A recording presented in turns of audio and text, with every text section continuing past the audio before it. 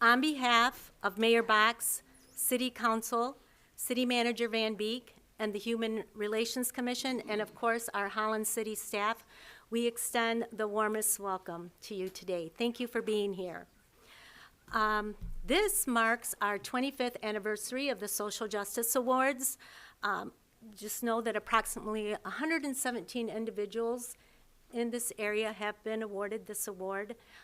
When I first came to the city of Holland, I thought to myself, whoa, pretty soon we're only going to be able to do this event once every 5 years because we're going to run out of people to make this award to. And that has not been the case, and I figure that in 25 years and 50 years that we will still be making awards to wonderful organizations in our area that work very hard to promote social justice in our community. So with that said, I'd like to introduce the Human Relations Commission members that are here tonight so that you know who they are. And please, if you are interested in serving on a commission, our commission is a welcoming commission, and we would love to have new commission members. So, Catherine Ristola-Bass is the chair of the Human Relations Commission. She's not here tonight, she's ill. But Jeff Minkus, if you could please raise your hand, stand up. He is the vice chair. Robert Hamilton also serves as commissioner. Terry DeYoung. Yay, Terry. Kiefer Sustrick. Tori Farian. And Penny Schuff has been newly elected to serve on the commission, so she will be at our meeting on Thursday night. And Abby Klomperens. Abby, there she is. I'm sorry, thank you. So the Human Relations Commission is that we aspire to be a community where all residents know they are honored, valued, and unhindered by bias, misunderstanding, and conflict. Our vision is to promote diversity, equity, and inclusion, and accessibility in housing, education, employment, and public service. We desire to pursue a community of belonging for all residents, with special consideration for groups that are underserved, underrepresented, or marginalized. Our goal is that with a collaborative spirit from a humble posture of learning and respectful dialogue, we serve with commitment, compassion, and civility. We seek the common good. Seeking the common good brings us to the Social Justice Awards tonight, where we recognize individuals and organizations nominated by community stakeholders to receive an award in the areas of education, employment, government community relations, and housing. 3 years ago, we added 2 new categories: healthcare services and accessibility.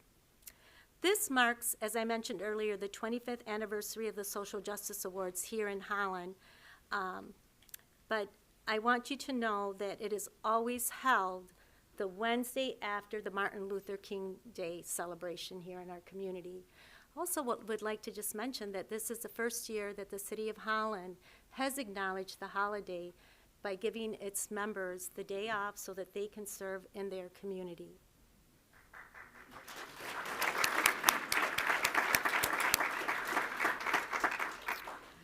So the Commission looks for individuals and organizations that respect the legacy of Dr. Martin Luther King's work.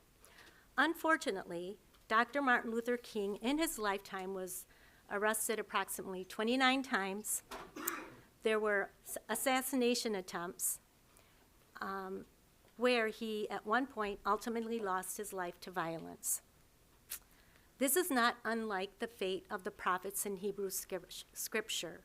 So social justice is not an easy role for anyone to do. It takes great courage, it takes stamina, and occasionally the individuals will probably have bad stomach aches and live in fear, but we know that this is the right thing to do. And we can't live in a society where there is fear of doing the right thing. So the price of social justice is high for the advocate, but it's even higher if we don't act. We must always stand with great courage and advocate. The people that lose are those that we are advocating for, so we must continue the work of advocacy in our community. And I truly believe that that is the mark of a great community, and our government really, I mean, I feel like our government rests upon the shoulders of the Almighty, and that social justice is a very important part of that.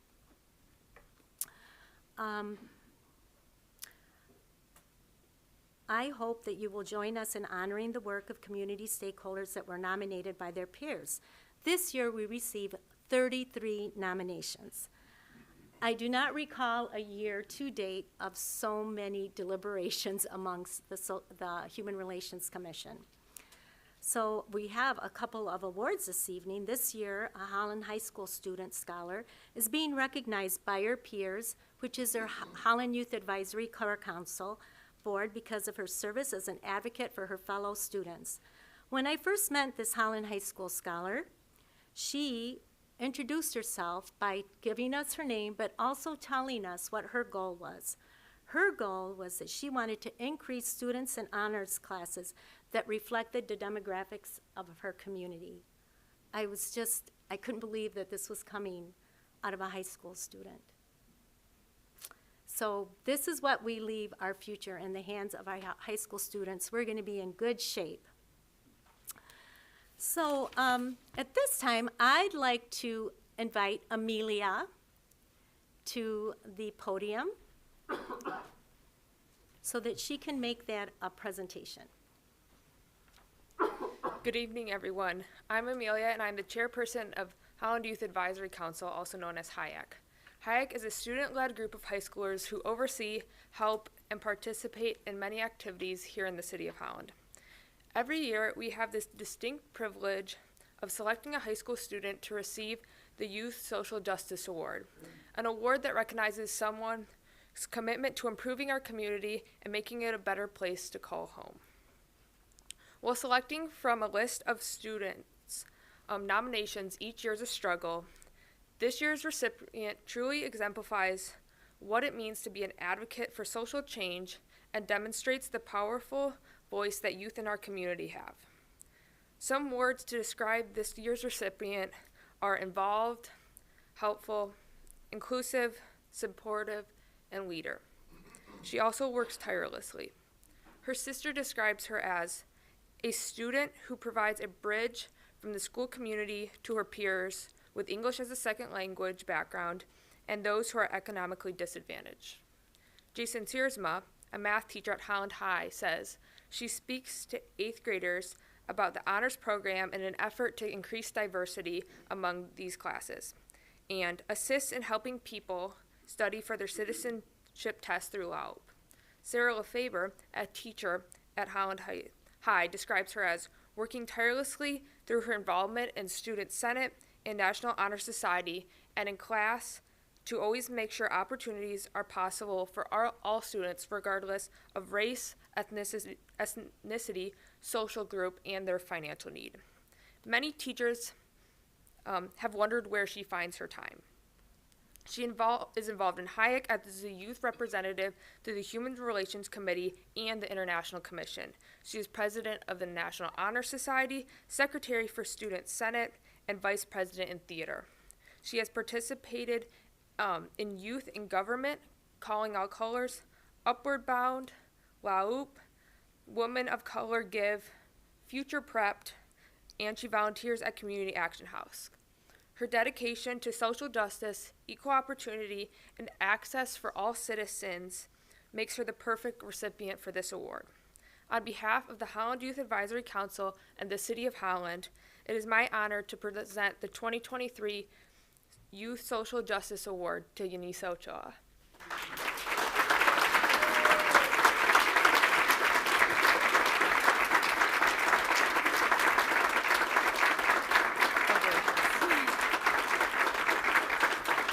Thank you so much.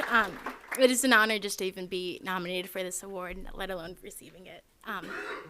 I hope to continue this passion of mine throughout my young adult and adulthood. Thank you.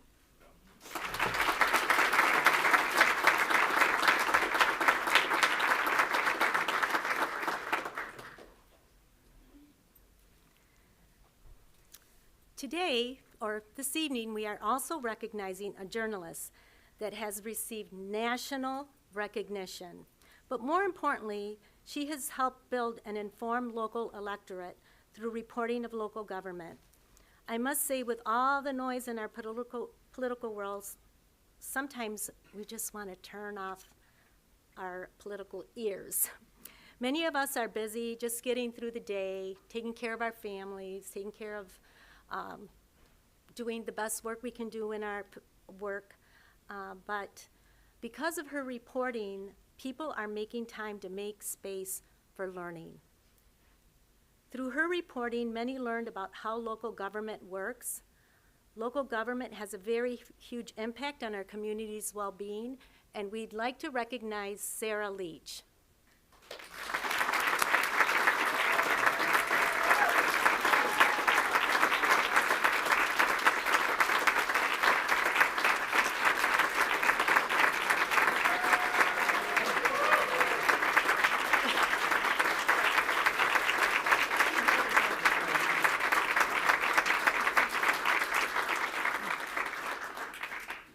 Hi. This is a little of an interesting position to be in because I'm used to being on the other side. I just want to thank everybody on behalf of our organization. I am immensely proud of the work that we've been able to do. We are not normally appreciated in this kind of way. It's usually criticism that we hear.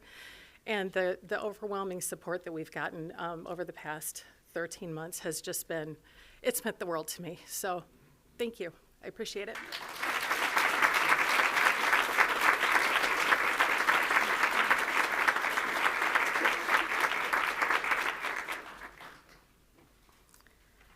Another individual throughout her life with her own challenges has been an inspiration as she continues to educate the community on accessibility.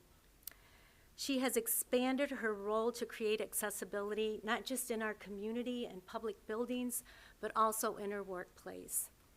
Lucia Rios is the recipient of the Accessibility Award. She has been a champion and advocate for accessibility for many, many years. This is an important work as traditionally, especially now that she works with Salesforce and is doing this work to help promote accessibility in the workplace. It's just amazing because we know that individuals with disabilities who often are in the workplace do not make as much money as their abled counterparts. But Lucia's working hard to change that in our community. Lucia, can you step up?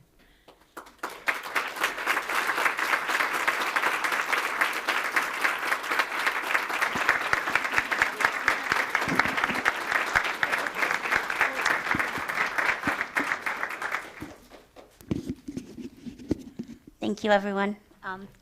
I know when I went to college, I swore I would never come back to Holland, just because I was born and raised here, but I came back and I absolutely love it.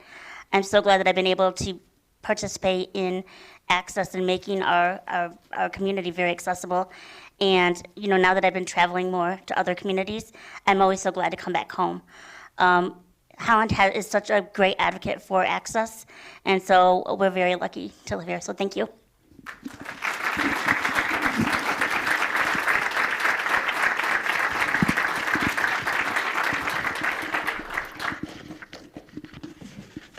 Hi, I'm Terry DeYoung, a member of this Human Relations Commission, and Esther jumped the gun a little bit and stole my thunder and introduced Lucia. So she said I could say a few things about her, so I indulge your time to hear a few more things about Lucia Rios. For more than 20 years, Lucia has taught people and organizations how to create access and equity on a variety of fronts, from buildings to housing to jobs.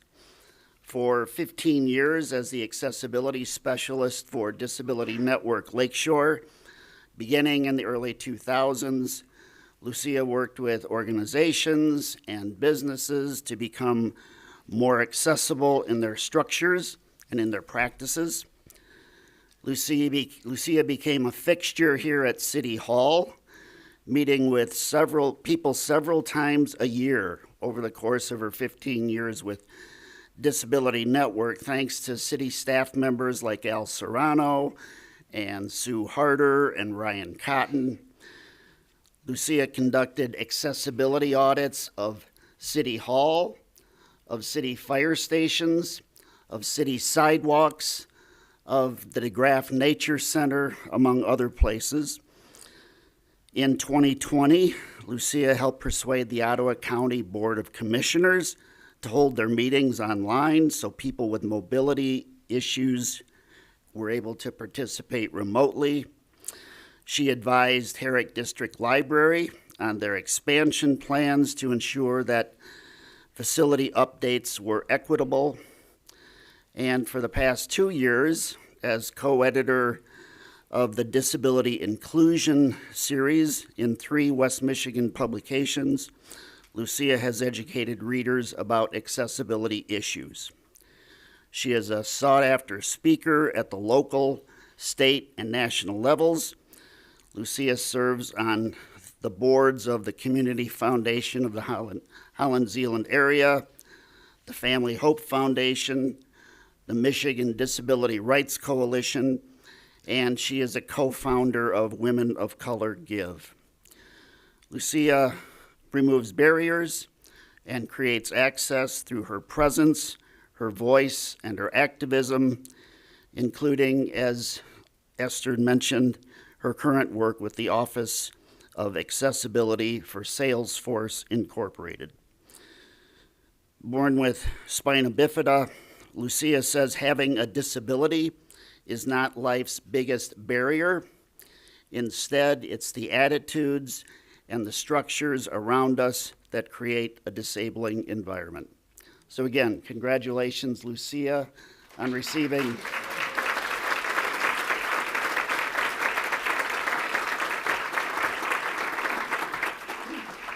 She is the first recipient of the accessibility portion of the Social Justice Award. So thanks again. Congratulations.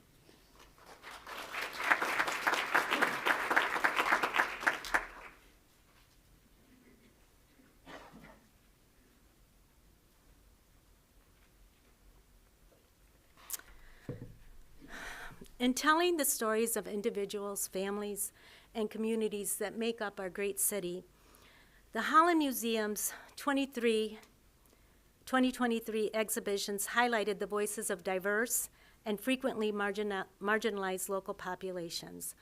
One in particular, Black Eden, Idlewild, Past, Present, and Future, United for Progress, the story of La Whoop, and contemporary portraits of Native Americans.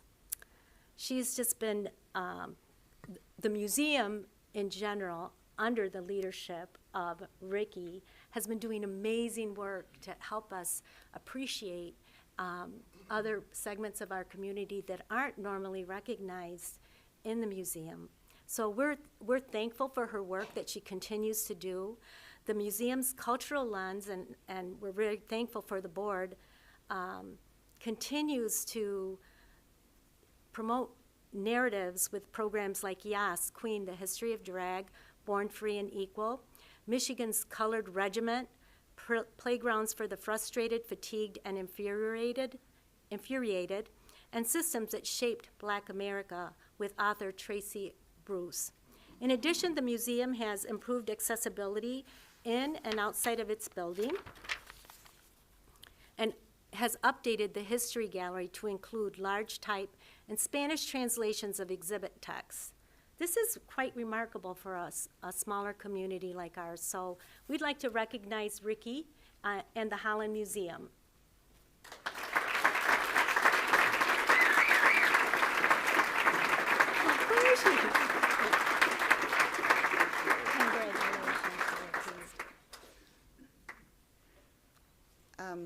Thank you so much. This is an affirmation of the work we have been doing at the museum now for several years. And to get it in education, which I don't know if you said, but we're getting it for our education. And that means a lot when you think about museums. Museums are educators. And every time somebody walks into any museum, we as museum professionals want them to experience something new, see something new, think about something perhaps in a different way than they've done in the past. And so this resonates so much with the work that we've been doing. I'd like to thank, first of all, the folks that nominated us. We're really, really thrilled for that. For the Human Relations Commission and Esther for all the work she's done in this realm has been so impactful for this community. The volunteers and the members and the visitors that come to the museum that are supporting the work is just another way of telling us we are going in the right direction. We have just started this process. We are at the tip of the iceberg, but there's so much more to do, and getting this makes us resonates with us to make us do more. The board of directors has our back through this process day in and day out, but this belongs to the staff of the museum. They are, I didn't think I would get emotional, but they are the reason we do this day in and day out. Each one of them, we're a small, but I call us a mighty team. Each one of them, and there's a few of them over there, no matter what their department is, are doing this work day in and day out in whatever aspect that they are involved with. And we will continue this. That's my pledge. Thank you. Thank you.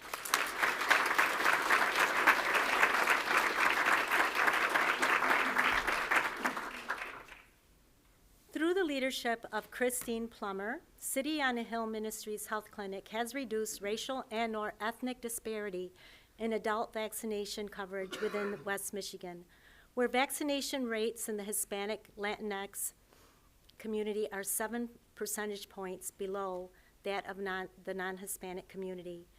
Christine's team has vaccinated more than 1,252 individuals over the past 3 years at pop-up events at fiestas, migrant camps, and festivals, in addition to offering COVID vaccines to the public at the main clinic site. We know that also, as we say this, we want to acknowledge the work of the Ottawa County Health Department. Through new relationships with key partners in the Hispanic community, Christine and City on the Hill Ministries Health Clinic has facilitated an increase in access to medical and mental health resources, financial assistance, and connection to area resources. Christine, thank you for the work that you do in our community day in and day out.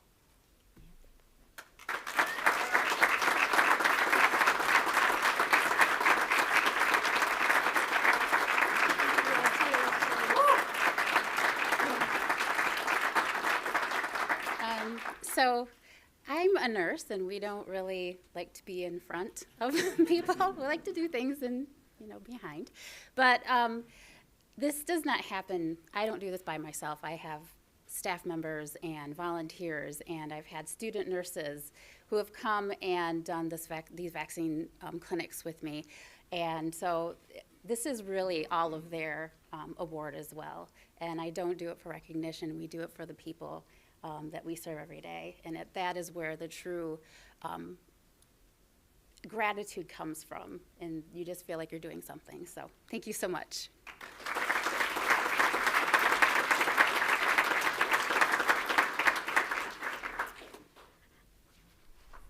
At this time, I would like to invite Abby Klomperens to the podium.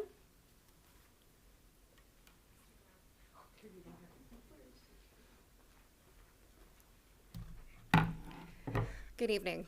My name is Abby Klomparns, and I am proud to serve as a member of the Holland Human Relations Commission. Tonight, I have the honor of awarding Wayne Klomparns with the Lifetime Achievement Award on behalf of this commission. Born and raised in Holland, Wayne has spent much of his life serving our community as an elementary school teacher, advocate for the Holland Education Association, and member of Holland City Council. For 8 years, Wayne served the City of Holland as the at-large member and the council liaison to the Holland Human Relations Commission.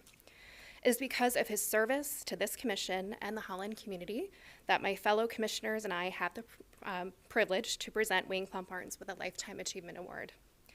On a personal note, Through his dedication and public service to the Holland community, Wayne, my dad, my best friend, inspired my passion for community service and advocacy. Thank you, Dad. I love you, and I'm so proud of all you've accomplished.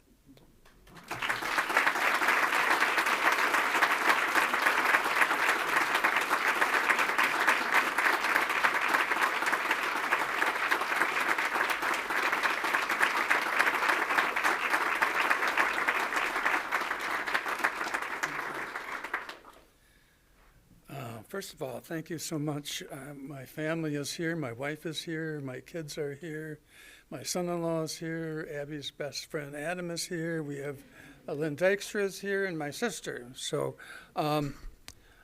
you never give a teacher a microphone because you're in trouble. And Esther said I had 20 minutes, so we'll get going right now. I'd really like to have you think today about the Human Relations Commission. I believe there are 2 cities in the United States, or in Michigan, that have public Human Relations Commission. The last time I heard, one of them is Detroit, and the other one is Holland, Michigan. And I think that speaks well for this community to notice what's important. Secondly, I'd like to emphasize today about the importance of being a mentor. That everybody here is a mentor in some way to somebody. It might be at the grocery store. It might be teaching somebody how to do something. It might just say, hey neighbor, how you doing? You can be an old person or you can be a young fellow right here. I think back in 4th grade at Longfellow Elementary School, a friend of mine, his name was Gary Brewer. His dad owned Brewer City Coal Docks and cement people there. And Gary, as a 9-year-old, when they talked about school and about the future, he said, hey, my dad always talked about whatever you do, if you're a ditch digger or whatever, be the best ditch digger that you can be. And as a 9-year-old myself, that made a very big impact on me to say, wow, that is an idea I really have to take to heart. So wherever you are, whatever you do, you are influencing other people. If you're a teacher, if you're a doctor, if you're a ditch digger, if you're a factory worker, my dad was a factory worker, but his influence on other people and our family was just tremendous. You're all important, and I thank you, Abby, for this opportunity once again to speak to this group and to City Council. Thank you very, very much.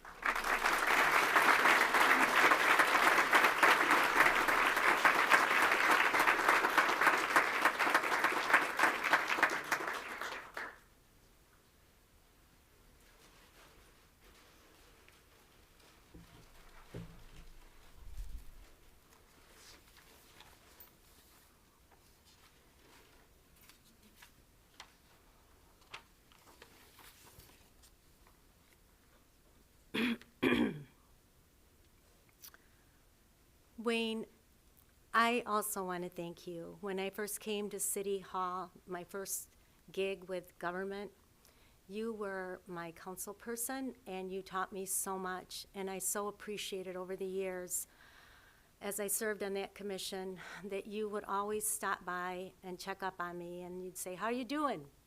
How's things going? And you were such an inspiration to me to always try to be better and to give me more courage as I did my work, because a lot has changed since I came to the city with my capacity for courage, and I'm thankful for you. And as you were talking about mentors, that really resonated with me with the work that you did to help me in my first gig with city government. Love ya. So we have one final presentation that will be made to an individual who, through her 42 years in Holland, Deborah Sturken, has championed developmentally disabled young people, women and families facing racial, ethnic discrimination and/or lack of opportunity, students struggling to develop, and families lacking the means for housing or housing maintenance. Deborah has continually crossed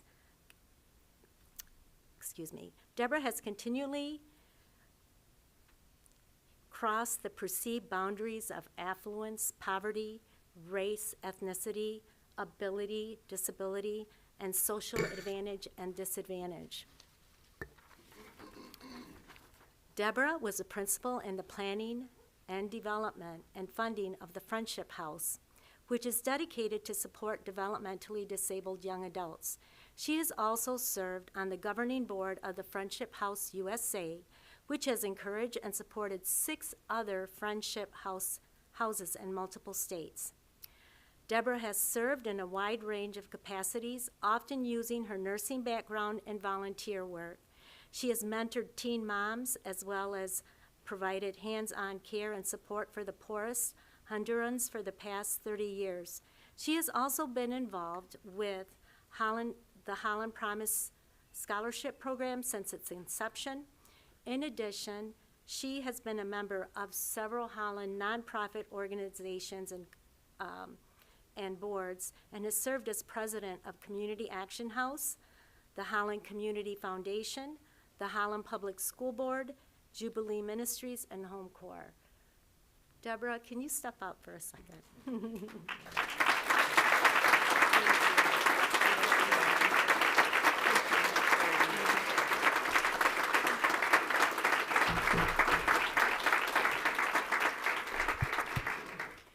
I just want to say I'm blown away. When Esther called me about this, I thought she was RSVPing for a party. It wasn't so. But I'm humbled and almost embarrassed because there are so many people in this community that really deserve this award. And nothing happens in a vacuum. Everything happens with a team, and that's what I've been able to find in Holland. And maybe I have a bigger mouth, so I become the leader. I don't know. But as a family, you never know what you're going to get involved in. And when this Michigan enthusiast right here in the front row was born, I realized I had to be an advocate, because no one was going to do it for us. So one thing led to another, and you realize how many people in our community live on the edge, and we have to advocate for housing, for people with disabilities, for the hungry, for women's issues. So that's how I've been using my time, and I have to say, I couldn't have done this without my husband. He's always been there and supportive, and has given me the time and ability and resources to be able to help these women or these groups. And my family's all here. I'm so blessed and grateful. So thank you for this recognition, but it really goes to a lot of people in this community. Thank you.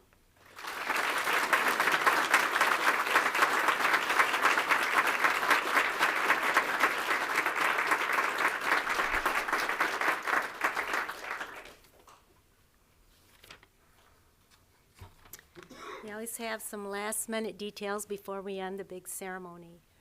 I think the one thing that resonates with me this evening is that we all of us, wherever we sit, whether you're a housewife, someone who works out in the world, whether you're a city council member, or you're just a regular person that lives in the community, we all have the opportunity to serve, and I hope that you will all this year think of places where you can serve. And maybe it's not a place, maybe it's just your next door neighbor. I hope that we will all make space for others that may not look like us, may not believe in the same things we do. But what keeps community strong are people, diverse peoples that are always working and looking out for each other, regardless of where you are on the political spectrum. We have to care for one another. And I thank you all for being here this evening. One quick housekeeping message. Our city council has a very important meeting. So if you are here as a social justice award recipient, I'd like to ask you to go directly out the back door to the back and meet with a photographer. Each of you will be photographed individually. I ask that you wait there because you will then be photographed as a group. So please, don't forget to do that because it takes a long time to rile up everyone. For the rest of you who are here as guests, we would like you to go up to the second floor where we will have some refreshments for you as you wait for your loved ones. Thank you very much for coming here this evening, for supporting the recipients of the Social Justice Awards. For those of you who made nominations, thank you. We will begin accepting nominations again in the fall of 2024. So please keep your eyes open for those announcements. And if there are any interested members in serving on a board or commission, we have all kinds of boards and commissions here in the city of Holland, and we welcome participation from our community. So thank you very much. And city council meeting is starting right after this, so please walk out as quickly as you can.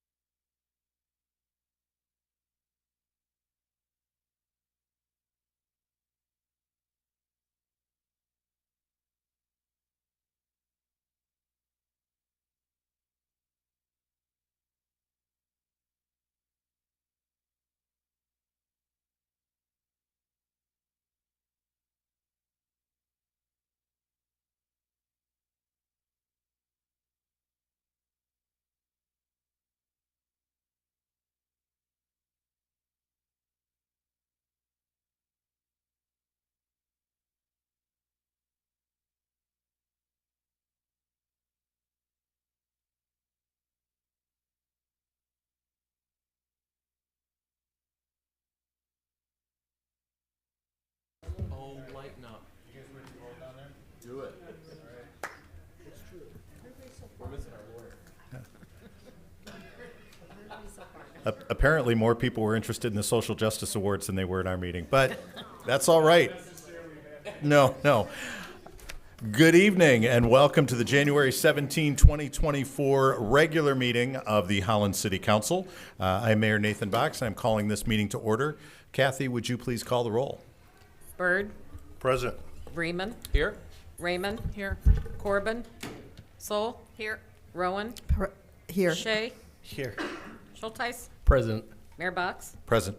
We have a quorum. Wonderful, thank you.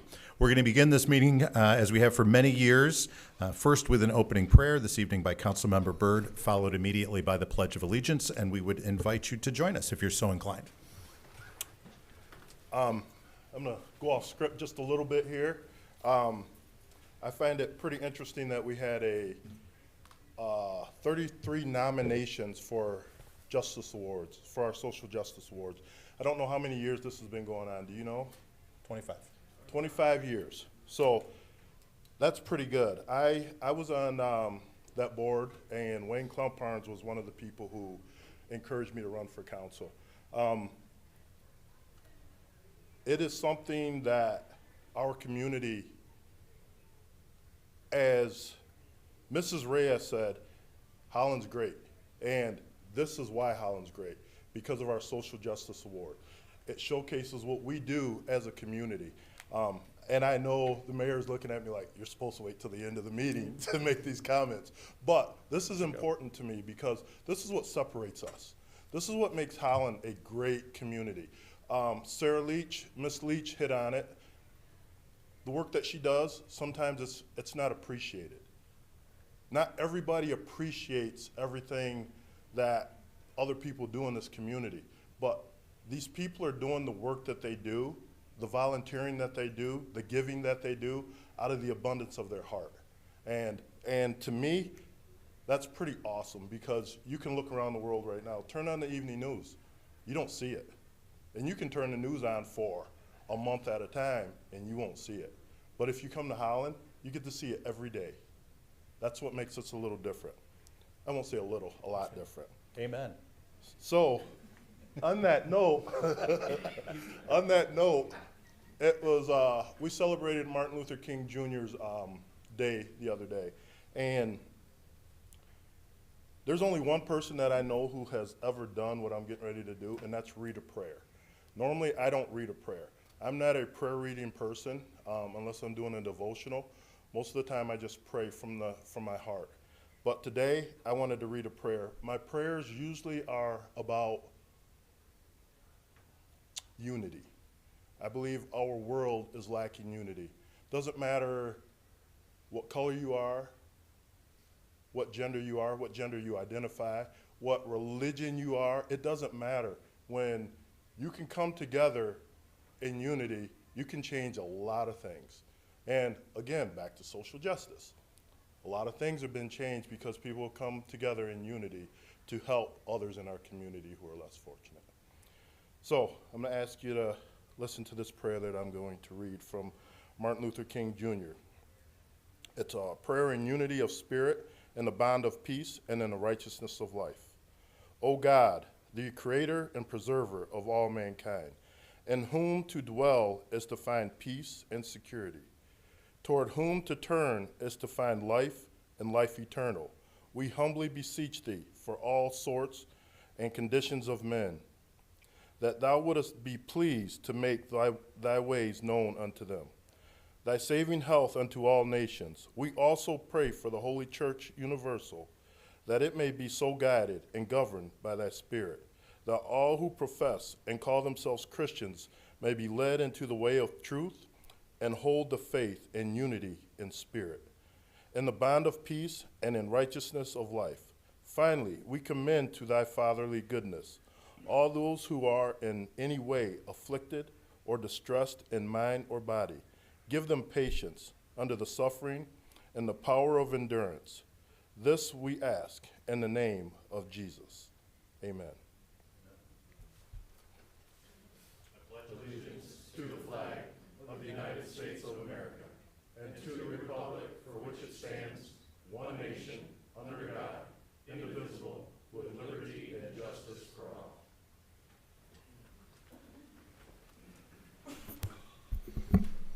Thank you, Quincy. And I said amen because I thought that first part was a pretty good prayer, too. Yep. Next item on our agenda is our consent agenda items. These are items that are considered to be fairly routine, and they've been reviewed by council members as part of our council packet. They will be enacted in one motion unless a member of the public or a member of council asks to have an item removed from the consent agenda and placed in its regular order on the regular agenda. But before I ask that, Kathy, would you please review the consent agenda for us? 4B, approval of minutes, January 3rd, 2024 regular meeting, and January 10, 2024 study session. 4C, oaths of office. 4D, Holland Board of Public Works, easement for Holland Charter Township sanitary force main. 4E, Holland Board of Public Works, declaration of surplus material. 4F, Holland Board of Public Works, transfer certain properties no longer needed for utility purposes to the city. 4G, City Clerk, redevelopment liquor license request, Tulip City Brewstillery, LLC. 4H, Finance, November financial reports. 4I, Finance, approved certified local government grant application for Holland Museum project. 4J, Management Administrative Services, reclassification of city clerk position from part-time to full-time. 4K, Management Administrative Services, easements for Holland Charter Township standard utility. Great. Thank you, Kathy. Is there any member of the public that would like to have an item removed from the consent agenda and placed in its regular order on the regular agenda? Seeing none. Any member of council that would like to have an item removed from consent and placed on the regular agenda? Seeing none there either. What is the pleasure of council in regard to the consent agenda? Move to approve the agenda as presented. Moved by Vreeman. Is there support? Second. Support by Shea. Is there any discussion? Seeing none. Kathy, would you please call the roll? Byrd, Yes. Freeman, Yes. Raymond, Yes. Corbin, Yes. Soul, Yes. Rowan, Yes. Shay, Yes. Schulteis, Yes. Mayor Box. Yes. Motion carries. Great, thank you. Next item on the agenda is public comment under the Open Meetings Act of the State of Michigan in not only our city council meetings, but also all of our board, committee, and commission meetings. We provide the opportunity for the public to address their elected representatives and appointed representatives. We do have guidelines that we ask you to follow. One is that each person may speak only one time. You're limited to 5 minutes. There are 3 lights on the dais in front of me, a red light, a yellow light, and a green light. Green light means you're doing well on time. Yellow light means you have 1 minute left, and red light means that your time has expired, and we are strict about that. Also, please note this is one-way communication. This is an opportunity for you to speak to us about what you think is important. We don't engage in discussion at this time or answer questions. However, if there is a question that staff may be able to circle back and provide an answer to after the meeting. Having said that, is there anyone who would like to address council at this time? If so, please come forward and state your name and the municipality in which you live for the record.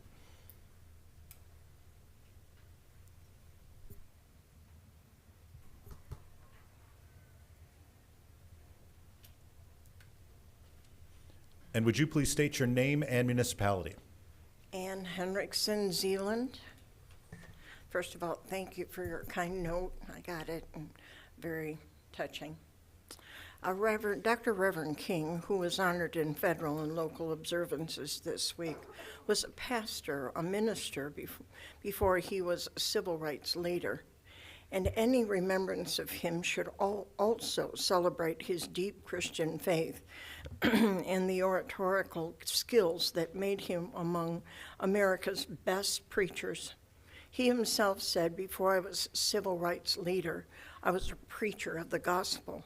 This is my first calling, and it still remains my greatest commitment." Ordained at age 19, the Reverend King was a pastor at 2 different churches, Ebenezer Baptist Church in Atlanta, and Dexter Avenue Baptist Church in Montgomery, Alabama, where he served from 1954 to 1960. Dr. King was able to rise to such a prominent position by the will of God. His eloquence and inspiration were from God. Dr. King was given the strength to stand up against racial injustices in God's strength. He said these very things as true of himself. Racism is not of God. We can never step out into the civil rights arena without God. Without God, the results breeds hate, division, dominance, oppression, powerful destruction, even war. Dr. King died in 1960. In 1971, the Supreme Court in Lemon versus Kurtzman defined the separation of church and state. People in government could have their private beliefs, but could not act on them in their governmental position. The other caveat was that churches would not become involved in government for fear of seeming to discriminate or even worse, lose their tax exemption. It has been 52 years of suppressing our constitutional freedom of religious exercise and expression of speech. To this day, the city of Holland functions under that same train of thought. If Dr. Martin Luther King came to speak a sermon at Holland Park Bandshell, he would be refused because it's religious. Separation of church and state would be quoted as the reason. In the 2022-23 celebrations in Dr. Martin Luther King's honor here in Holland, and exemplary and well-intended as they were, have been based entirely on civil rights. What is wrong with that? You decide. At one of the ceremonies at the Civic Center, an 8th grader from Holland Public School read her critical essay. At the end, she paused, looked at the audience, lifted her hand in silence to demonstrate a fist, a gesture used in the 1950s to denote communism. I was in high school at the time. These celebrations honoring Dr. King are void of his foundational, bold, redeeming faith in Jesus Christ. And there is good news. 2022, the Supreme Court of the United States deemed the 1971 law of Lemon versus Kurtzman null and void. The separation of church and state has been historically twisted to destroy our religious expression of speech. We are now able to stand in the public square, exhibit our flags and symbols, and speak our faith in truth and love, freedom, and without fear. Thank you. Thank you. Is there anyone else who would like to address council at this time? Seeing none, I will close the public comment period. Next item on the agenda, special order of the day, public hearings, Parks and Recreation 5-year master plan. Mr. Van Beek. Yes, thank you, Mr. Mayor. This is another example where we like to involve the community and get feedback on the community on important work that we do. And I'm going to introduce Annie Kenyon, our Parks and Recreation Director, who will introduce us to our additional guest who's worked on our Parks Master Plan. Good evening, Mr. Mayor and City Council. Thanks for having us tonight. Thank you, Keith. And I'm joined by Tiffany Smith of MCSA. She and her team have been guiding us along on our 5-year master plan update for the last few months or so, probably, right? And we're here for a few reasons tonight. Like Keith mentioned, to have a public hearing to let the public have another opportunity to speak on our plan, as well as to give you an update of kind of where we're at in the plan and answer any questions that you may have. So why do we do the master plan update, right? So the intent is to create an inventory of our existing facilities and our resources, and that qualifies us for multiple state grants. Grants like trust fund grants, land and water conservation fund grants, Irish and waterways, passport grants, all the state grants that we could qualify for. We have to have this plan in place every 5 years in order to access those funds. We also, throughout the process, have multiple steps where we have community input. Some of those help us identify what the community recreation open space needs are for our community, how many parks we have, do we have enough pickleball courts, do we have enough basketball courts, do we have enough programming for all sorts of people in the community. It also sets this plan of action every 5 years. So every 5 years we kind of have it sets guidelines for us to follow based upon things like our municipal capital improvement fund, how much things are going to cost, and when we're going to do them along the way. This process, we think we've had quite a bit of community input. Like I mentioned earlier, we've had almost 600 individual responses to a survey, which is pretty crazy. I think that's That's pretty high, right? I do a lot of these, and it's very good. Yeah, so we were super happy that we had so many people interested in what we do, what our community has to offer, and give us great ideas for things that we can improve upon and add to our system, which was great. We had a public input session one afternoon. On the Parks and Rec side, we don't get a lot of people that come to our meetings, so we had 26 people that came, and we took that as a win. People came out to see our maps of our parks, kind of see what we're working on, talk to our staff that was there and our consultants. This also talks about, I mentioned earlier, our capital improvement budget, and I think that it aligns very well with what our residents in the community need. Is that accurate? That is. That's accurate. That was my summary of the whole thing. Yeah, so we're doing very well. I gave him a little piece of And this is the last kind of opportunity, like I mentioned earlier, for the public to have input into this process. Our draft plan's been out there for a month already for people, and Tiffany has a packet of it right here, But right now. it's on the website everywhere. Yep. And we've had many positive comments. Yeah, it's very good. We're very fortunate from a department to do what we do and to have the community to take care of us as well as they do and want us to do better and have great things. So we're super happy about that. This plan will be out there for just a little bit longer, and then we'll take it down and we'll finalize the plan. We'll come back to this body in a while, probably about a month after we submit it to the state, which is about the first week of February-ish. February 1st, they must Yeah. be in. There we go, February 1, see? So we have to have it in by a certain time to qualify for the next year. So after February 1, we can qualify for trust fund grants again and go for some big money, work with Connie in the back, and it's great. So we're super excited about it. We can answer any questions you might have, but that's our 5-year master plan update in a nutshell. So. All right. Any questions for staff? Mr. Byrd? Just one question, and I always ask this question, but how did you guys get that out? How does the community know? Oh, about the draft plan or Yeah, any? so they could be a part of that. Yeah, so we posted it on all of our social media outlets, on our Parks and Rec side, as well as the main city social media pages, the city web page. We ran an ad in the newspaper promoting this meeting, as well as the draft plan is out there with directions on how to get in contact literally with me and give comment if you have any for me to pass along to the consultants. And there was a note here, we had a hard copy printed out at City Hall, at the Parks Building, so we had multiple spots around that you could access it. All right, thank you. Yeah. Any other questions for staff? Yes, Mr. Corbin. So, really good draft. Appreciate it. Thank you very much. And being on the Parks and Rec committee for a few years. Yeah. I really appreciate the work you guys do. You do a phenomenal job. The one thing I do see missing that I would just like to make public and is a zip line. So I'll just leave it at that. Here we go. Yep. Perfect. Windmill Island, is there you want that? Okay, right. Talk to Matt. Ms. Soul.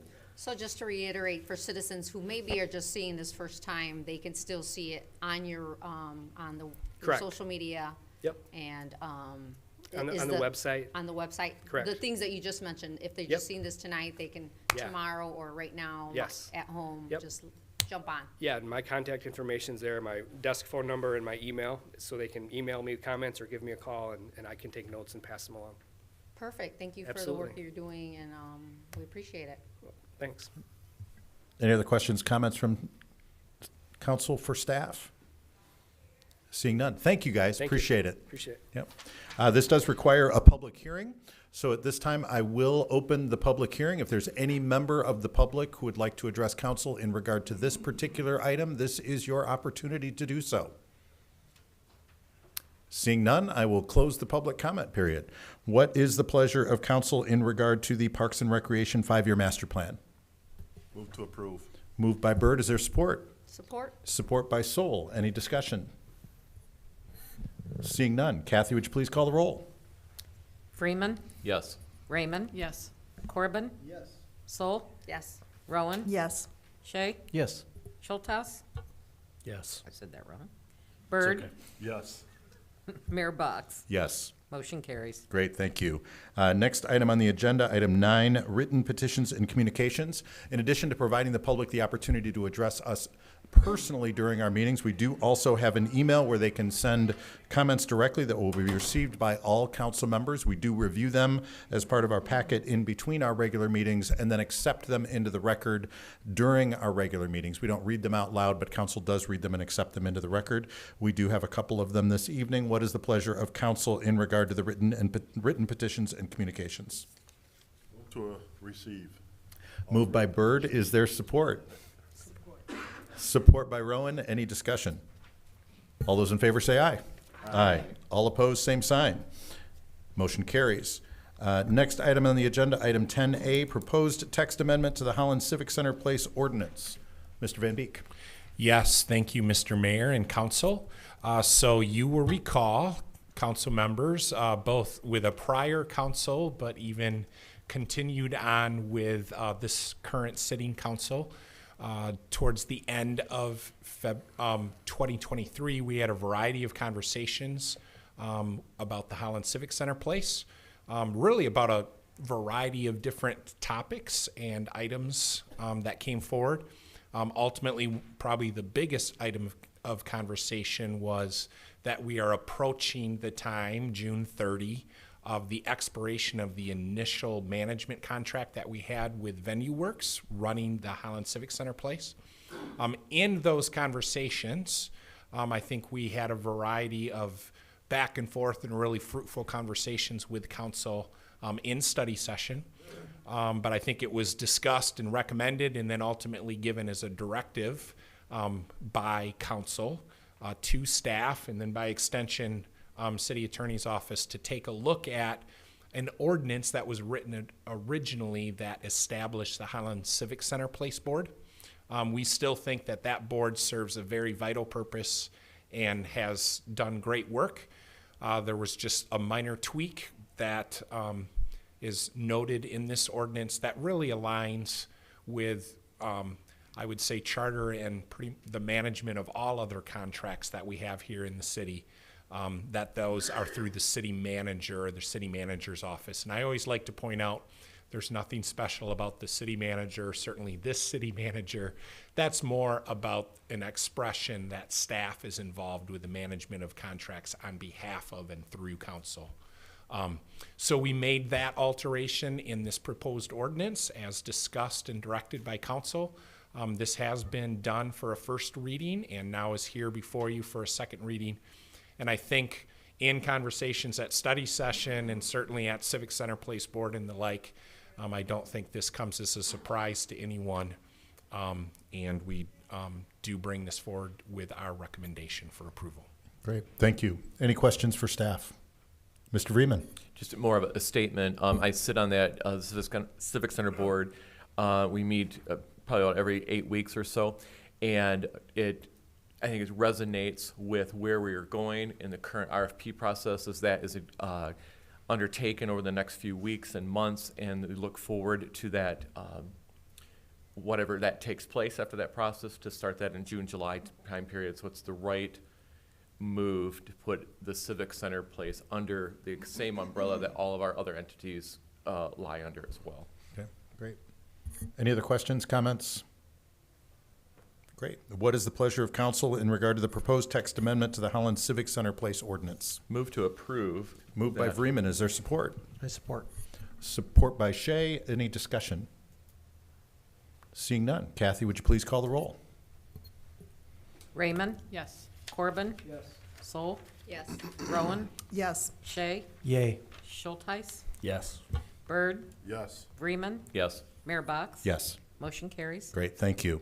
Next item on the agenda, item 12E 2.1, the TEDF Category A grant application for LG Energy Solutions Michigan Phase 3 road improvements. Mr. Van Beek. Yes, thank you, Mr. Mayor. I am going to ask Mark Myers, our Community and Neighborhood Services Director, to come up partly so he can remember what TEDF stands for, because I don't remember, but obviously very important, larger project that has a lot of different components to it. And Mark has been working on this. Thank you very much, and we'll describe what we're recommending for you to take action on tonight. So it is TEDF, not TEDF, like TEDx, right? That's right. Okay, good. Just make sure. Thank you, Keith. Thank you, Mayor and Council. It's Transportation Economic Development Fund. So it's through MDOT, but supported through the MEDC for economic development. So you learned a new acronym. So, well, thank you. If you recall, at the December 13 study session, I gave an overview of the LG3 expansion project and explained that there are several items that will come before the City Council to consider, and this is one of those. LG has recognized that with this third expansion, it will have an impact on traffic around their campus. I think we're starting to call it a campus because it's so large. And so they've asked Lakeshore Advantage to apply for this grant on behalf of the city. So city staff has been collaborating with Lakeshore Advantage, also with the Allegheny County Road Commission that has jurisdiction over 147th Street currently. And our Transportation Services Department has been working to put a scope of the project together to develop the grant application. Primarily, this would include improvements to 147th Street. So where 40th becomes 147th, it's a township road, it's narrow, no curb and gutter, there's a bridge involved.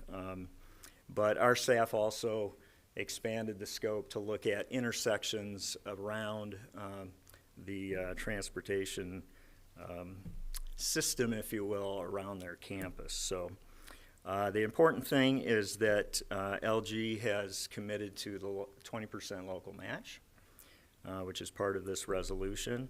So we're asking for City Council to authorize the grant application as well as committing to the local match.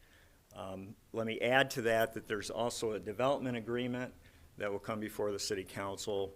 It will include this, and beyond this, we know that regardless of what the ultimate scope is, we won't get a grant to cover 100% of the project. So I'm getting a little ahead perhaps, but LG will also commit in the development agreement to cover what the grant doesn't cover. So from the grant to the cost of the final project, they will also cover. With that, any questions? Great.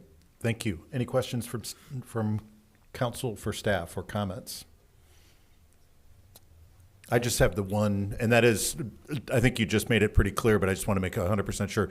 Budget neutral for us then is essentially what you're saying, because any cost that would normally be associated with the city for the grant, LG Energy would be picking that up, correct? That is correct. Okay. And is that Go ahead, Mr. Shea. commitment, I've read here that there's a letter of intent. Does that hold any water? I don't know if that's a question for Vince or. So it gives staff a comfort level for this step in the process. But at the end of the day, we will want the agreement executed between the company and the city that covers both the local match and the difference between a grant and the cost of the project. And that will be a legal binding agreement. Sure. And that will come before likely a grant award, but certainly before a grant agreement would come before the City Council for consideration. Great, thank you. Great. Mr. Schulteis. Yeah, so be third in line for the same thing. I appreciate the clarity on that same question, but understand application not binding for us. Correct. For the 2.4. Right. That'll come later. Thank you. That is correct. Any other questions, comments for staff? All right. What is the pleasure of council in regard to the TEDF Category A grant application for LG Energy Solutions, Michigan Phase 3 road improvements? Move to approve the grant. Moved by Vreeman. Is there support? Support. Support by Byrd. Any discussion? Seeing none. Kathy, would you please call the roll? Corbin? Yes. Soul? Yes. Rowan? Yes. Shay? Yay. Schulteis? Yes. Byrd? Yes. Vreeman? Yes. Raymond? Yes. Mayor Box? Yes. Motion carries. Great. Thank you. Next item on the agenda, item 12E 6.1, gifts. Kathy, would you please review the gifts for us?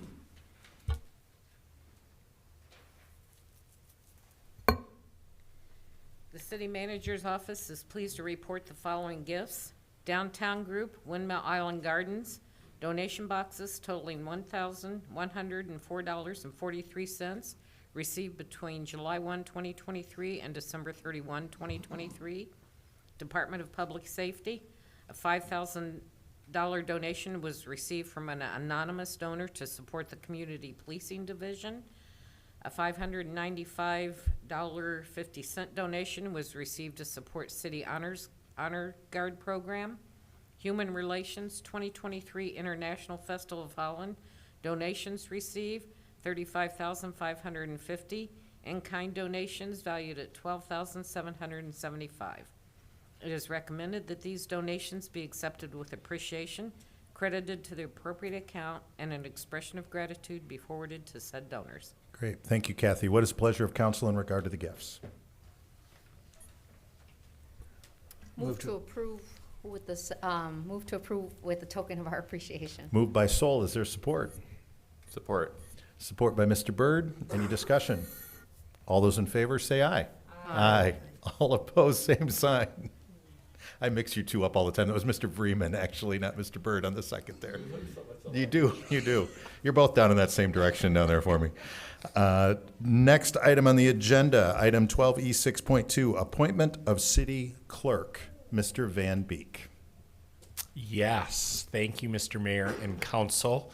And I told two people I wouldn't call them out at all tonight, and actually that's not true.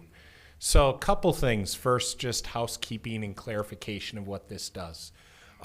First, our charter actually has specific requirements as it relates to this very important position, and it requires the city manager to run a process and then appoint a city clerk, but it also calls for the confirmation of city council of that appointment.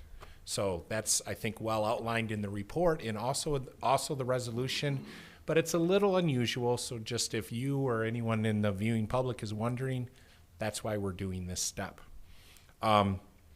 You'll also remember, because it wasn't that long ago, on the consent agenda tonight, there was a budget amendment or an adjustment that was made, and that's because over the last little over a year, Kathy, we knew this was coming. So what happened is that we actually made an adjustment for a period of time where the elections coordinator position was made full-time, and we actually made the city clerk position part-time for a period of time. But you'll see that now with the recommendation that I'm making tonight, with the transition and the promotion of someone into this key position, but also, if you may not have heard, 2024 is going to be a little bit of a busy election year, and it's obviously a cornerstone of the requirement of that position. I think it makes sense of what you already approved in consent agenda. Thank you very much. But also hopefully that you'll positively act on with this confirmation of the appointment that I'm recommending strongly. Then, yes, Kathy, and I hope Rick back there actually puts the camera on you at least momentarily. Come on, Kathy. Well, come on, Rick. We're going to see who he's listening to.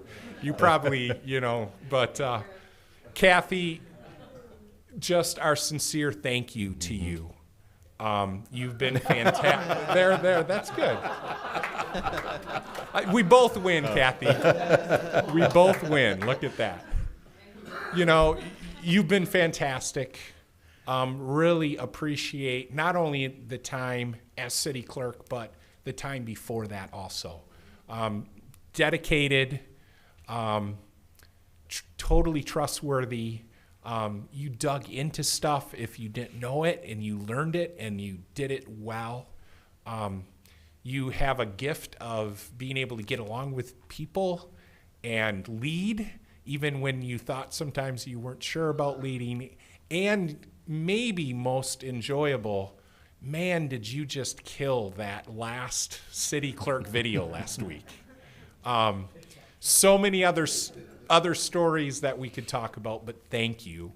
But you are, and this is your last meeting, so we're celebrating that. But I am going to make you secondary tonight because we are definitely celebrating the hopefully soon to be approved confirmation position of Brenda Caterberg, who's hiding behind the screen back here for me. So, which probably is good because then she won't be like staring at me like, don't talk about me. But we are really excited about this opportunity also for Brenda. Another example of someone that came up through, first volunteering and serving, as an election worker, and then coming on board in a part-time position and then a full-time position. And what is very clear, and I have unbelievably absence of any hesitation, she will do a fantastic job administering our elections. She is knowledgeable. She's passionate about doing it. She is an educator by trade, so if she doesn't know something again, she'll dig into it, and she can teach election workers out there on the front lines of how to do it and do it well. So I'm excited about this. We're going to miss Kathy. She's going to come by and say hi often, maybe even help us out at elections. You don't need a break at all, right? But we're excited about this also and would strongly recommend what's before you in appointing Brenda Caterberg as our next city clerk. Great, thank you. Any questions, comments from council members?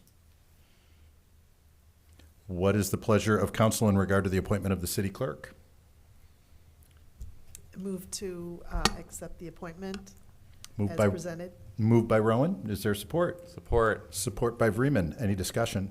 Yeah, Ms. Raymond. I just want to say I'm so excited for you, Brenda, and I'm so excited for the city.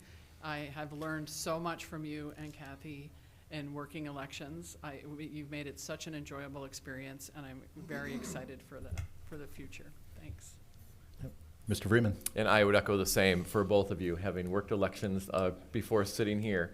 You guys made it fun, you made it precise, and just thank you for your work and dedication to that process. Way to go. Looking forward to you, Brenda.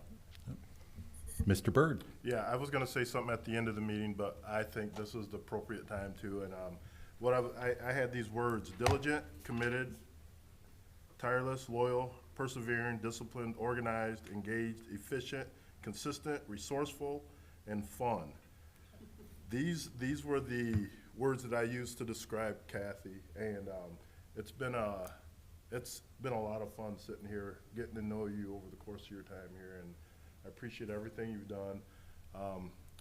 You got some big shoes to fill. She's been great, and I expect you to be great as well. I expect nothing less. So, gonna miss you. Thank you. Enjoy retirement. Oh yeah. Mr. Corbin. Yeah, so Brenda, congratulations on the new position. I'm sure it's going to proceed with formal approval of the board. But I've worked with both you and Kathy during election processes and in a different capacity of my former employment. And I've seen how you work with other clerks, both of you work with the other clerks throughout both counties, both Allegan and Ottawa counties.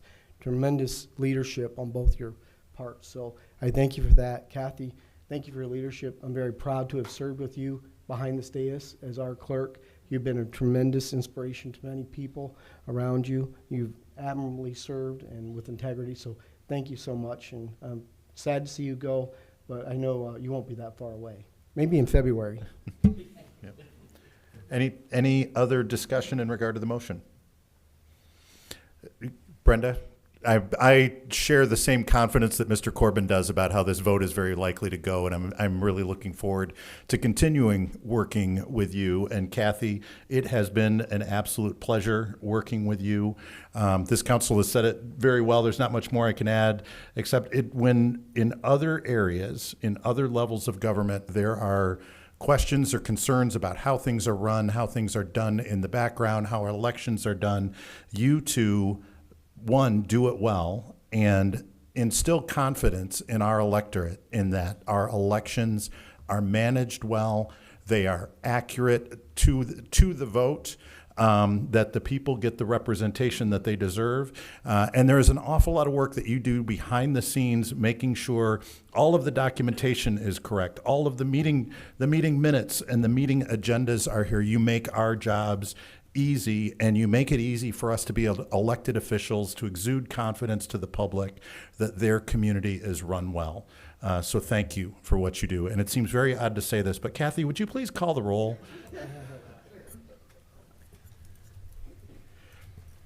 Sol, Yes. Rowan, Yay. Shay, Yay. Schulteis, Yes. Bird, Yes. Freeman, Yes. Raymond, Yes. Corbin, Yes. Mayor Box. Yes. Motion carries. Great, thank you. Next item on the agenda, item 12E 6.4, approval of a construction management agreement with the Christman Company for the Holland Museum. Mr. Van Beek? Yes, thank you, Mr. Mayor. If I say anything more, then I'm going to ask Mr. Van Dyken to speak to this. Usually I get a look across the dais. So, Matt, take it away. Thank you. Good evening, everyone. This is something that we've been talking about for a while, and you actually approved a grant agreement earlier on in the consent agenda for the Holland Museum for the exterior renovation. And Keith, if you could maybe slide just another one, just to kind of give a blueprint of the building. This building is 110 years old. These are some of the, I'm assuming, original blueprints for that building. As you know, we've done an extensive exploratory work. We've worked with Quinn Evans and the Christman Group in the past. And what is before you this evening is a construction management agreement. This is very specialized work. If you think back to 110 years ago, as you know, some of that exploratory work, or maybe some of the new council members don't know this, but we bought a crane in and removed one of those several 100-pound parapet stones and saw what was behind it and put it back. And I like to show some of this older stuff. And if you think how that construction was done 110 years ago, there were pulleys and horses and men. At that time, it was all men, wrestling those blocks around and getting those up to where they've sat for the last 110 years. So with that specialized group, it is specialized scopes of work, specialized bidding documentation, reviewing of those bids, and then ultimately a second set of eyes to help me oversee the project. There will be questions that will come up during the course of this work that, quite frankly, I know modern construction techniques relatively well, but I'm not as familiar with 110-year-old construction techniques. So this gives that second look, another person that I can go to as we make decisions as things come up throughout the project. But then we would ultimately put this out to bid yet this winter and begin that work hopefully in the spring after tulip time. I don't think that would be very popular if we did it before, but really that is that work to put it all together, put it out to bid, and then help oversee it once it is under construction. Great. Any questions for staff? I just have one. Can you define the term entablature? No, but with your approval tonight, I know someone that does. All right. And can define that term. All right. What is the pleasure of council in regard to item 12E 6.4? Move to approve. Moved by Shay. Is there support? Support. Support by Vreeman. Any discussion? Bittersweetly. Kathy, one last time, would you please call the roll? Rowan, Yes. Shay, Yay. Schulteis, Yes. Bird, Yes. Freeman, Yes. Raymond, Yes. Corbin, Yes. Sol, Yes. Mayor Box. Yes. Motion carries. Great. Thank you. Next item, item 13, communications from the city manager. Mr. Van Beek. Yes, two things tonight. One, just want to certainly take a pause. We have fantastic staff that do fantastic work 52 weeks out of the year, 365 days. But it seems appropriate that we're still on the tail end. We're still not out of it. But yeah, winter finally happened. And I think we were all hit by that, and you know that impacts all of our staff in certain ways, and some more than others. But two particular call-outs that I want to make sure is our transportation department. I was out there Friday afternoon, kind of bringing probably not so healthy sweets and snacks to get them through the entire weekend, and I'll tell you, they were actually like, it's about time we had a storm. Like, we're ready to plow some snow, right? And boy, did they, and continue to. So they do a great job. But I also like to highlight a lot of people I don't think realize. I mean, we have staff from a lot of different departments that pitch in, and one of those is our Parks and Recreation staff, and some of our new council members just saw their operation there and how much they get involved with and cross-trained in many things. And like for one of the examples, it's staff from that department that get in the sidewalk snow plows and plow our sidewalks, which makes sense, right? Because if we had to plow all the streets and then they're working 12-hour shifts and then jumping, like there's not enough to go around. So we're able to pull from across the organization and hopefully do the best we can and I think we do a pretty good job of clearing our streets and clearing our sidewalks and make an otherwise kind of difficult time in a storm pretty livable. And certainly don't want to go without calling out our fantastic partner also at the Holland Board of Public Works, where you just, the water flows, the toilet flushes, and in particular in these types of storms with a lot of wet snow, the electricity comes on, and if it ever blips, it seems like it blips pretty shortly and it's back on. So just from me to all of them, and more of them listen than sometimes I think all of us know, thank you. Second, we're doing all right tonight, but there's still assignment and work for all of you council members. Department heads are looking forward to having our annual city council retreat. With apologies to Mike Trithui, it's the retreat now, sir. It's no longer the advance. He's probably going to send me a text here momentarily. But we have the council retreat on Saturday from 8 o'clock, and we fully expect that we'll be able to wrap up our work by 12 noon at the latest. It's at the Holland Civic Center place. You have a full packet with lots of attachments and a proposed agenda, and it'll sound and feel familiar to many of you. In particular, though, I'm going to ask maybe just to spend a little bit of time on a couple documents in particular. First, we're going to open the morning taking a look at the governance documents and the framework. So just take a look at, familiarize yourself. If there's something there you're like, man, I don't understand that, or I have a question about that, maybe make that note ahead of time. It helps facilitate the conversation and the review. The next would be our board rules. Kind of makes sense that if we're looking at governance to also look at board rules right after that. So we'll have a time also to have any discussions about that. Certainly same thing. If you have a question or have a recommendation, kind of come prepared to share that with the group. I always appreciate, remember we have a strategic plan, which I describe as the more static portion of our strategic business plan. The strategic plan has vision, mission, values, and strengths, weaknesses, opportunity, and threats.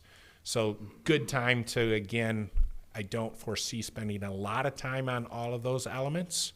But if you read that in ahead of time, same thing, questions, comments, that helps facilitate the morning.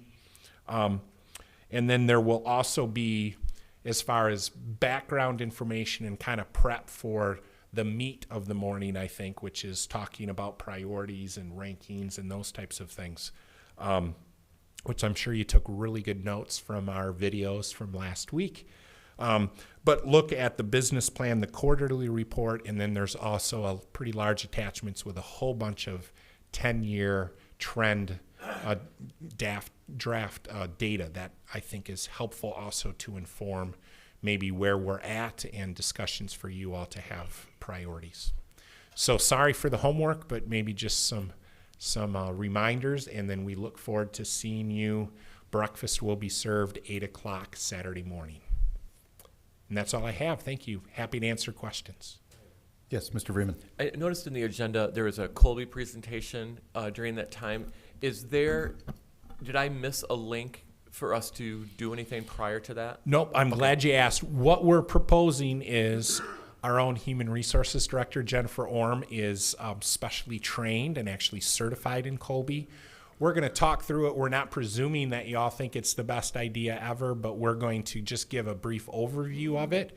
And we're actually going to recommend that you all participate in that, get a link, take the Colby, and then at a later date, we'll go through a study session on that. So that is intended to be a really kind of brief overview conversation, describe what it is and why we think it's a good exercise for all of you to go through together. Great. Any other questions? Great. Thank you, Keith. Next item, appointments and communications from the mayor. I do have several recommended appointments. I would recommend that the council approve the appointments of Ann Salyers to the Brownfield Redevelopment Authority for a partial term. Said partial term expiring on June 30, 2026. Ms. Salyers will replace Dale Wingarden, who chose not to serve another term after his term expired on June 30 of 2023. Also, the appointment of Penny Schuff to the Human Relations Commission for a partial term, said partial term expiring on June 30, 2026. Ms. Schuff will replace Rebecca Skipper, who chose not to serve another term after her term expired on June 30, 2023. And recommending the appointment of Daniel Martin to the Parks and Recreation Commission for a partial term, said term expiring June 30, 2026. Mr. Martin will replace Emily Hopp, who chose not to return after her term expired in 2020. And I would be looking for a motion in that regard. Moved by Byrd. Is there support? Support. Support by Soul. Any discussion? All those in favor say aye. Aye. Aye. All opposed, same sign. Motion carries.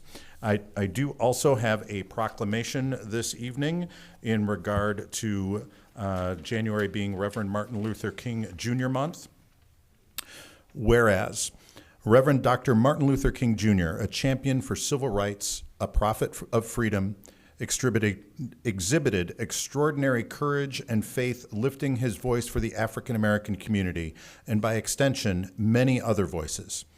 And whereas we celebrate a movement that transformed our nation, and we remember that our freedom is inextricably bound to the freedom of others, and whereas as a nation we continue to work toward achieving the dream where opportunity and access for all abound, and whereas through his unrelenting resistance, persistence, and determination, he changed not only laws, but the hearts and minds of his fellow man.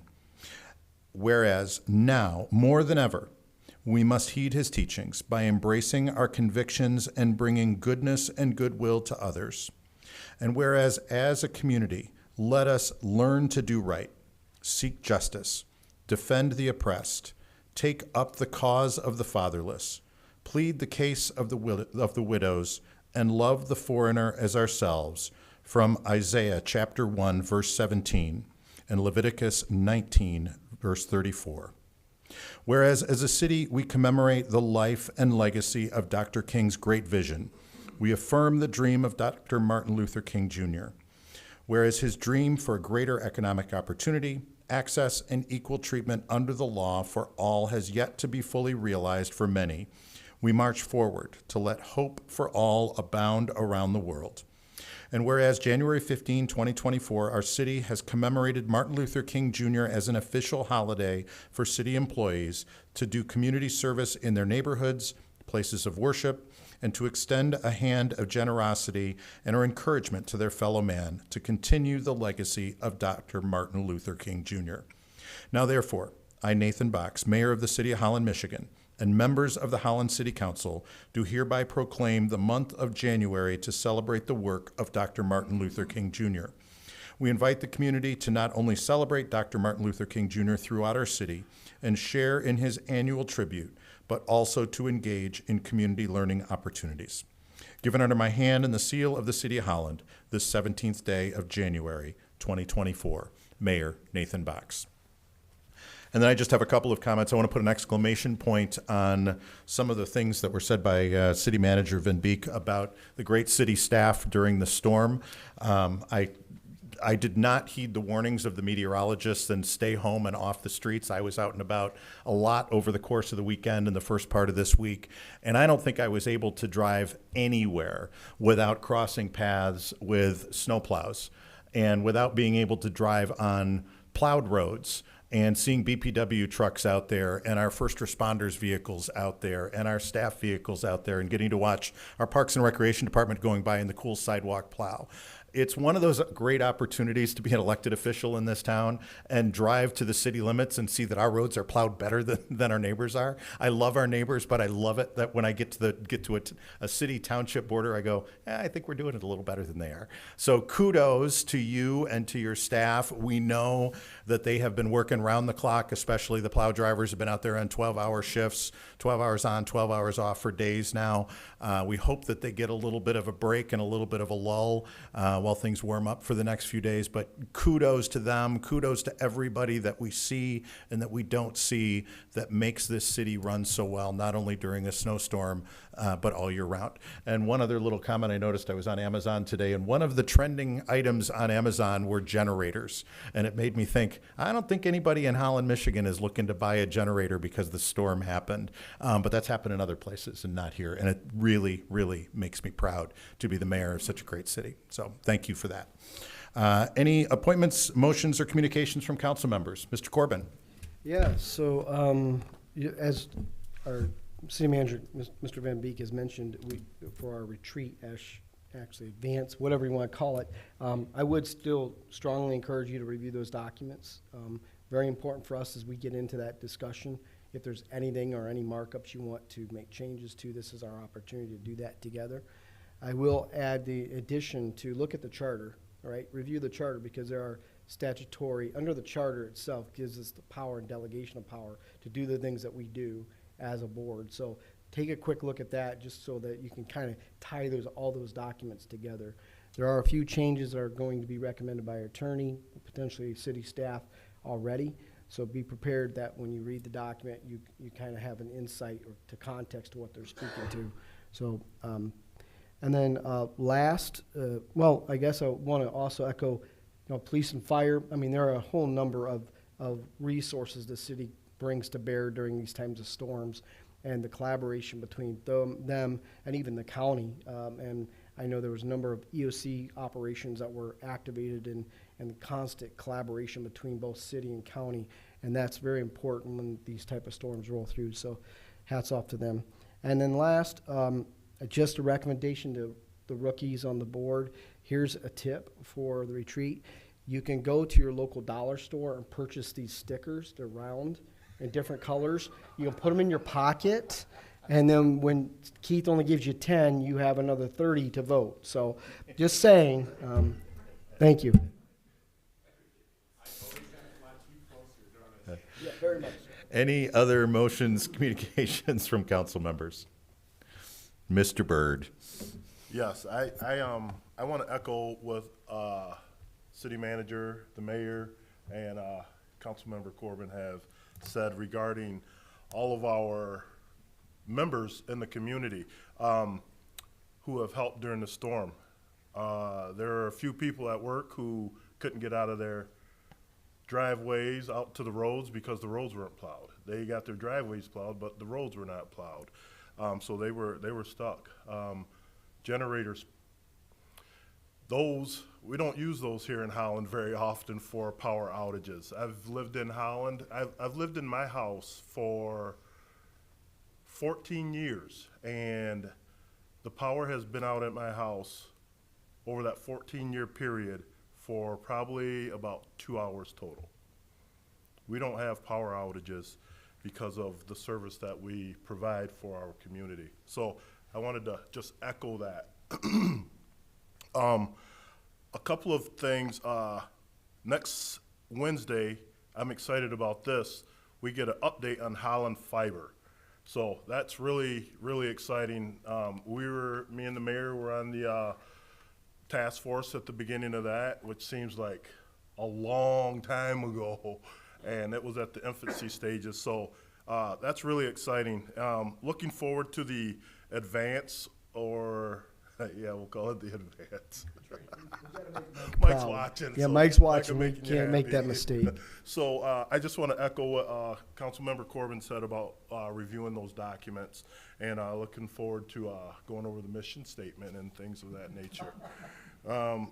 And then, two last things. This is an exclusive group. This Sunday, the Lions play, so root for the Lions. We want to see them in the Super Bowl. And for a very, very exclusive group, I want to say congratulations to all my Michigan Wolverine fans, to the Michigan Wolverine team for becoming national champions. That's it. Thank you. Thank you, Mr. Byrd. Any other appointments, motions, or communications from council members? Yes, Ms. Rowan. Yes, I need to be heard on the Lions comment. I won't waste your time, but go Pack, go. That is all. Thank you. Thank you. Anyone else want to chime in on the NFL season or anything else that we, all right. At this point, then, there's just one more motion. Move to I would adjourn. Move by Immediately. Freeman, support by Byrd. All those in favor say aye. Aye. We are adjourned. Thank you all. Have a wonderful evening.